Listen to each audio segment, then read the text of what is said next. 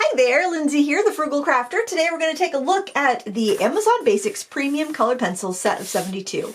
When I did my review preview haul last year, towards the end of the year, I asked you guys what you wanted me to review first. This one was up on the list, and I am working my way through all those products, but this one was mentioned. I picked this set up for about $15, and previously I could have sworn I saw it around $25 or $30. So I thought $15 looked like a great deal. I just looked on Amazon to see what these were costing now, and they're like $12.40 or something. So the prices dropped quite a bit. In fact, the 72 set is the same price as the 48 set right now. So I don't know if that's a mistake or what, but I guess these range around like probably, I don't know, $15 to $20.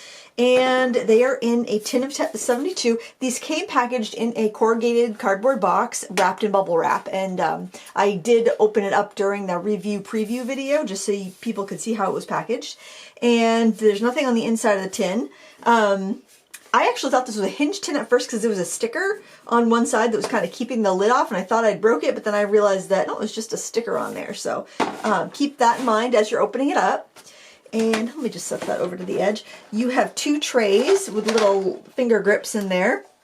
And you probably think these look a little familiar. And they looked familiar to me as well because they really reminded me of how Prismacolor pencils look. So that gave me it gave me a really good feeling at first because I thought, ooh, they've got nice thick leads, just like Prismacolor. They've got the flush end. They looked great. They looked like they'd be Prismacolors, and I wasn't expecting exactly the same pencil, obviously, but I was definitely optimistic that I was going to get a good pencil here. They look nice. There's no split wood anywhere. There was a little bit of like a couple of tips had chipped. Pencil tips had chipped in the box, but everything sharpened beautifully. I had no breakage on sharpening. And yeah, let's take a look at the swatches here.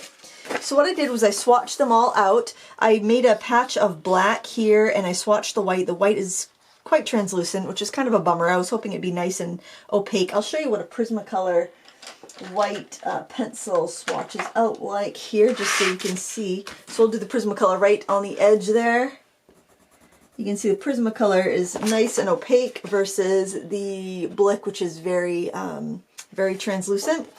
The other colors appeared to be pretty vibrant, but I have to say they felt very, I guess dry is the right word. I wouldn't say scratchy, but I felt like I had to press pretty firmly to get the color out when I wanted to just kind of do a light layer to see how it was going to lay down color. I really felt like it needed a lot more oomph to be able to get the mass tone color out. So on swatching, my wrist and hand and forearm was getting kind of tired, and I was like, well, this is not a good sign. I did a little blending ball exercise here, which is something I do with a lot of the pencils I review, just to kind of see how the pencils blend and mix, and these did not want to blend together very well. I have to say it felt a little bit forced, but it was really confusing because I'm thinking the colors are vibrant. I don't quite understand why I'm just not feeling it with these, you know, they just were not, for me, not pleasurable to use. So I did a layering bar here, and I did light layers, and I was able to get 4 light layers to go on top of each other. Still a lot of speckle, and I did sharpen my pencil. And then I had to start adding pressure as I got around 5 and 6, and then beyond that, it almost like the pencil wanted to skip. And it was almost like, I don't know, they don't really feel waxy, but they don't feel like they have that much pigment to them. Like it's almost like there's too much filler or extender in the core or something that keeps it from really being able to lay down pigment. Because I have pencils that are harder than these that lay down more color. I have pencils that feel drier than these that lay down more color. So these are really quite confusing to me. So I decided to swatch them out with some other pencils that I thought might be similar. So this is the Amazon color here. I did a Prismacolor. The Prismacolor obviously felt softer and smoother and waxier. Then I tried an Arteza, and that also felt smoother. I tried a Mark Art, which is the Nione pencil. That felt great. And I tried a Holbein, and that felt great too. So, but I didn't see a huge difference in looking at the swatches. I'm like, that just the feel of these pencils seem a little off. Now they are much cheaper than these other brands I'm talking about. So I do want to be completely fair and say, yes, these are much less expensive pencil. And we're going to go in and talk about who these might be best for. And maybe you have these pencils and you love them. Maybe I'm missing something here, but I found using these to be quite a struggle. And I kind of almost felt a similar feeling to the Chameleon color tone pencils. So I grabbed my Chameleon pens out and I was swatching those out. And I care swatched these two colors here, and then I did the similar ones in Amazon. And I'm like, well, the Chameleons feel similar. They're kind of dry and hard, but they just left more pigment. But I'm like, what's different? So when I added a blender pen to this, like an alcohol blender pen, it spread the Chameleon pigments out beautifully. And the Amazon one, it like left a lot of speckling. It like lifted up a lot of the pigment and spread. And as it spread it out, it looks like there just wasn't as much pigment there, which would track, because it just feels like they look bright, but it feels like they're not very pigmented, if that makes any sense. I know it doesn't really make sense to me. They just feel off. So then I thought, well, maybe they remind me of the Blick Studio pencils that I used a long time ago, because I didn't love those pencils, and I only bought a handful open stock. But the Blick pencils, they're dry, they're firm, but they still feel like I'm not putting a ton of pressure, and I'm getting quite a bit of pigment there. So let's see, this one, I think that one's probably the closest. You know, I'm putting the same amount of pressure and I'm getting a lot more skipping. But then again, they don't look that much different. And I would say probably, actually, these probably feel the most like the Blick Studio pencils. The Blick Studio pencils are made in the Czech Republic. The Amazon Basics are made in Vietnam. Let me just see. Let me do a real firm swatch of the Blick Studio. That fills up the tooth really well. Yeah, if I'm giving that firm of a mark with the Amazon, I can see a lighter pigmentation, and I did get a little snapping off of the tip of the lead. So I don't know, it's still very similar. I don't love the Blick Studio pencils though, so let's just put that right out there. They're not a favorite. I'm gonna give this one a sharpen, because man, it's just, and these Amazon ones are made in Vietnam, so they're not the same pencil as these, but I'm just trying to give you guys a similar, like to say what these feel like. So this is the Amazon Basics. It doesn't feel, I'm putting way too much pressure there. Let's do like something that's not gonna hurt my hand here. A medium pressure, I would say. And this is Canson XL mixed media paper.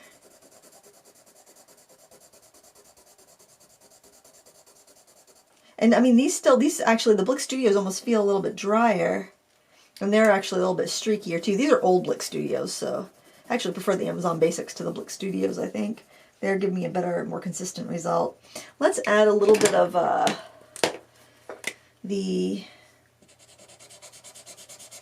okay, if I add the blending marker, it spreads out the Blick Studio really well. Let me scribble off the excess. Looks to be blending that out pretty well too, but I also feel like it lifted up, like there's not as much pigment there. We'll have to let that dry and see. But yeah, I was just, let's see, I think this was the Blick Studio up top. I don't even remember now. And I think that was the Amazon Basics. So not a huge difference, just, I don't know. These were really, really confusing. And I compared them to the Chameleon color tone pens and also the Soho pencils that I had, because they also kind of felt like that. But I felt that the Chameleon ones had more pigment, and the Soho ones seem very similar. They're both made in Austria, so they're probably the same, and they're both the same size barrel. I think they are the same company that makes them. But yeah, they were just really, really confounding me. So I decided to do a couple bits of artwork with them. And first I started working on this ketchup bottle, and it was not going well, and I was not enjoying it. And this is Stonehenge paper, which is usually a hit for pretty much any pencils that I use. The Stonehenge paper works really well for me, but man, I just couldn't get going on it, and I was just frustrated, so I gave up on that. And then I'm like, well, let me do a little golden bee bead, and that I liked a little bit better. I did use white pen for the highlights, but still, it wasn't fun. I did not enjoy doing any of the stuff with these pencils. This review was difficult. I really struggled because I did not enjoy using them, and I don't know exactly what it is. The pencils are pretty to look at. They look like they would perform really well, but when it got right down to it, I just didn't really enjoy them. But is that a me thing, or is that a pencil quality thing? Because I mean, the differences between these and some of the pencils that I thought they were similar to, granted they're not pencils I terribly enjoy, they still seemed a little off, and I don't know what it is about these. They have good reviews on Amazon too, so yeah, I was kind of confused. So I thought I would test seeing if these are going to dissolve with water, and also seeing how they break down with odorless mineral spirits and with the marker. So let's go first with a marker pen. This is just alcohol ink, and I'll just break it down a bit here with the alcohol ink. So you can see this is kind of strange. It's like lifting up the pigment. I feel like it's like taking the pigment off the paper more than it is just spreading it out. And that's so weird. That is usually not what happens when I use solvent with a marker. It's like it's lifting it right off the paper. I don't know why it would be that. Maybe it's dye instead of pigments in the pencils. Could that be a thing? I don't know. It's the weirdest thing. So here is Gamsol. I'm gonna try Gamsol. I put cotton balls in my little jar here so I don't get too much, because you don't need a ton.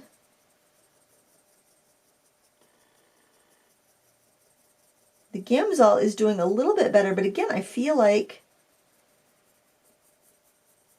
it's just lifting the pigment off more than blending it.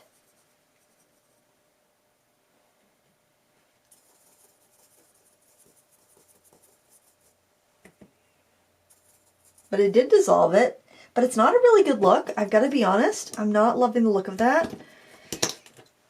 I think that maybe these pencils are going to be better suited to children. Oh, now look at this. With just plain water, it's lifting the pigment. Look at that. It's lifting it right off the paper. That is the weirdest thing. I have never seen colored pencils do that before. I've used watercolor pencils before that they don't do that. That's very strange. That's like bleaching it right off the paper. That dissolved it more than the odorless mineral spirits. That worked the best. The blender pen seemed to just kind of lift it up off the paper, and the water completely lifted it off the paper. So now I'm curious about the other colors here in this set. Let's see what happens when we add water to them. This is going to be hard to see because that's really light. It doesn't look like it moved it. Not really moving that yellow too much. Moving it a little bit, but it's obviously not a watercolor pencil. It's moving it a bit. Gosh, these are weird. I don't think I've seen a pencil like this before. I wonder if there's some weird makeup of the binder. Oh, that one wants to lift right up. Because they're not soluble enough to be a water-soluble pencil. But if you keep working at it with the water, it definitely wants to make it move. I always like to try to find, like, what would the use of these be? And maybe these would be a good sketching pencil under, I usually use a color erase, but maybe these would be a good sketching pencil under, whoa, look at that. Under marker or watercolor paintings or something, where you want it to kind of retain your lines but not be really strong. Yeah, that one is, what would do that? Would it be a dye versus a pigment in the wax? Would it be not enough wax? Would it be a different kind of wax? These had a strange smell to them, I have to say as well, which I know a lot of times budget pencils will have a kind of a weird smell, but these were kind of making me a little nauseous, but it wasn't an overpowering smell. So Gosh, these are just very confusing. Now look at that. It seems like anything that's got a pink or a purpley color, it just wants to lift it right off the paper. Oh my gosh, this is weird. And I'm wondering if the lighter ones don't seem to be moving that much, and I'm wondering if it's just because we can't see it because they're so light, or maybe they have more wax in the binder, so the wax is keeping them waterproof.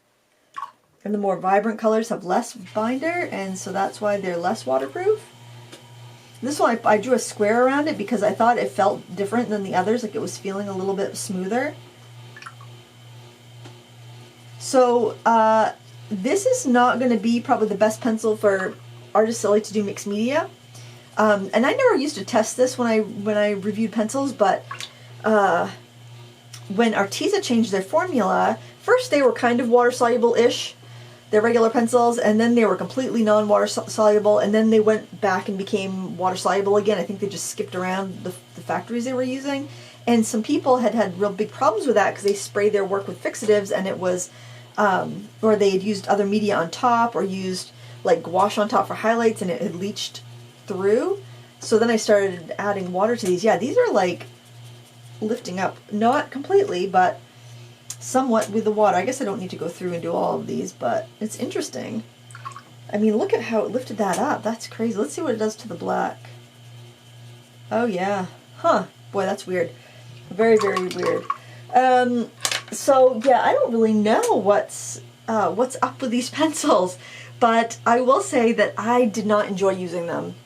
I think they look lovely. I think though they might be nice in a situation where you've got children coloring and they may be dropping their pencils quite a bit, because it seems like they that harder lead is going to be resilient to that. As far as doing artwork with these, I did not enjoy it, and that's why I kept these pictures small, because I just didn't have it in me to draw any bigger than this with these. It just wasn't fun. The glide on the paper, the pigmentation, it just wasn't enjoyable for me. I do want to see, I wonder if I add some water onto that ball, if I can get that to blend out a little bit more. I also don't like how the white is not opaque. I guess it's kind of nice that you could blend with water a bit, but it just seems so hit or miss. Like, look, I'm blending here and it's like it wants to lift up. It's not blending it smoothly. It's like some pigment wants to release, and I don't know. It's not a, to me, in my opinion, it's not a good experience. The pencils are pretty. I didn't see any red flags as far as the build quality of them.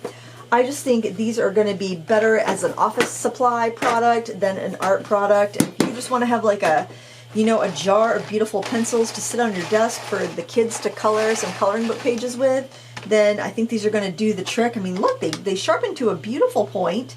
There's just something weird about the core. It just does not act like any fine art pencil or even any budget art pencil that I've used before. Now, they are inexpensive, so